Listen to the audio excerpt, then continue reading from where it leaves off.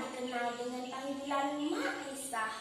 Ia harus bertahan hidup dan menghidupi kedua anaknya.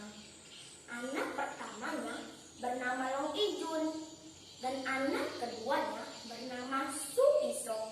Mak Risah tinggal jauh dari keramaian, tinggal di sebuah gubuk peninggalan suaminya yang sudah reot. Untuk menghidupi kedua anaknya, Mak Risah tidak berani lagi untuk berkeluh kesah karena tidak tahan melihat bayangan anak-anaknya yang kelaparan di benaknya. Kerjaan sehari-hari Mak Risah adalah mengumpul kayu api di hutan dan membantu warga sekitar jika ada yang membutuhkan tenaganya. Hari itu, ia hanya mendapatkan sedikit kayu api, hanya cukup untuk membeli garam jika dijual.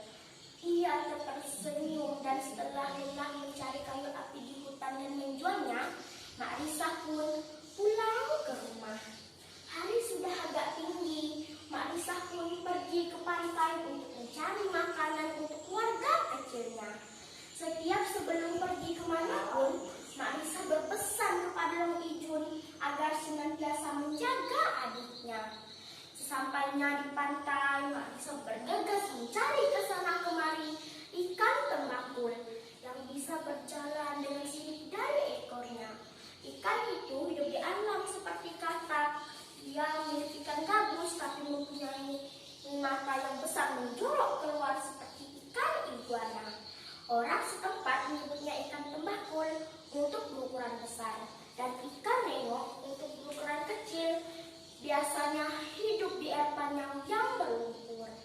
Mak Risah dan anak-anaknya sangat gemar menikmati telur ikan tembakul.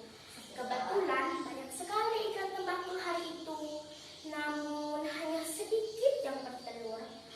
Tidak lama kemudian Mak Risah sudah mendapatkan ikan tembakul yang bertelur cukup untuk makan siangnya. Hari ini pulanglah Mak Risah ke pondok yang reot dan memulai membersihkan ikan tembakul untuk diambil telurnya. Saat ingin membuat bumbu untuk merebus telur, ternyata bahannya seperti kunyit dan jahe sudah habis. Biasanya Long Ijun yang mengambil di kebun belakang rumah. Mungkin pas bermain dengan adiknya hingga ia lupa mengambilnya. Mak Risah pun merebus telur hanya dengan garam. Lalu ia pun memanggil anak-anaknya. Long Ijun, Supiso. Ye mak, kami gue bosan kalau tu aja, kata Long Ijun. Ayolah, jaga adikmu ye, usah makan dulu kalau ye, nunggu mak dulu. Daan berempah ye rabusannya, janji usah makan dulu. Pinta Mak Risah kepada kedua anaknya.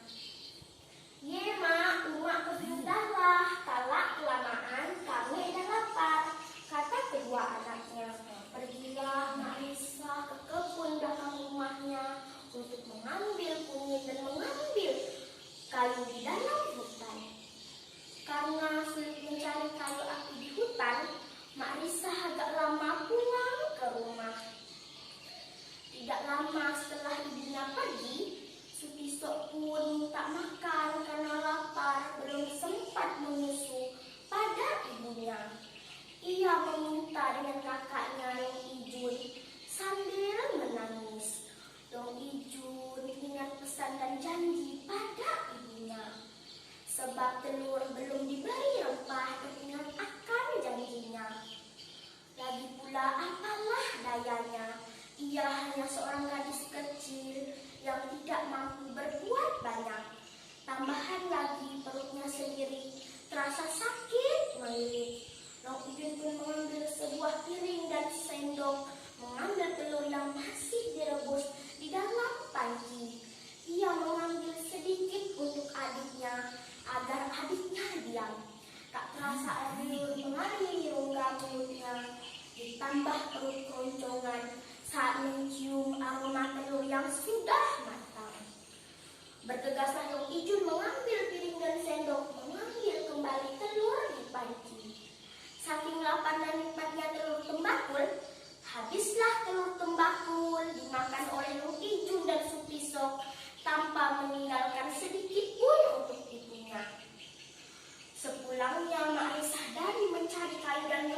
betapa ia sangat terkejut melihat telur yang tidak lagi bersisa. Sampai hati kau Jun, maknaan kau sisakan sedikit pun, katanya mengeluh sambil duduk berpangku tangan di bedul itu.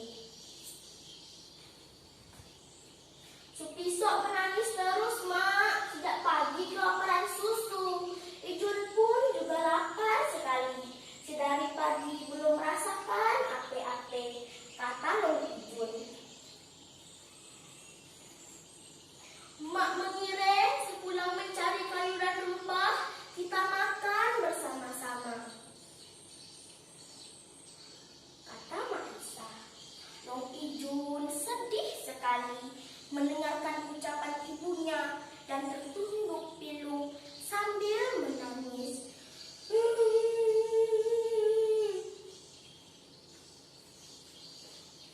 Udahlah Jun, Mak udah kemponan, katanya teramat sedih karena keinginan dan harapannya telah putus sehingga kemponan. Ia bangkit perlahan, kemudian berjalan lamban menuju pantai. Jalannya pun semakin cepat, akhirnya ia meraung menangis sambil berlari. Ia menuju Batu Keramat yang terletak di Tanjung Batu. Sesampainya di mulut Batu Balah, ia pun memohon, "Batu Balah, batu betangkop, tangkopkan aku, anggai kakiku. Aku kimponan, talor timbakul." Berprak, bunyi Batu Balah membelah diri dan membuka ruang. Mak Risah pun masuk dan Batu Balah menangkap kedua kaki Mak Risah. Mendengar permintaan ibunya itu, Long Ijun pun menangis sambil menggendong Supisok yang juga menangis. "Oh Mak, balik deh, hari dah malam, adik nak nyusu," kata Long Ijun. "Indah, aku ndak mau balik, kita berdua jahat, ndaan sayang anu Mak," jawab Mak Risah sementara kedua kakinya sudah tertangkap Batu Balah. Lalu ia pun memohon lagi, "Batu Balah, batu betangkop, tangkopkan aku, anggan parutku.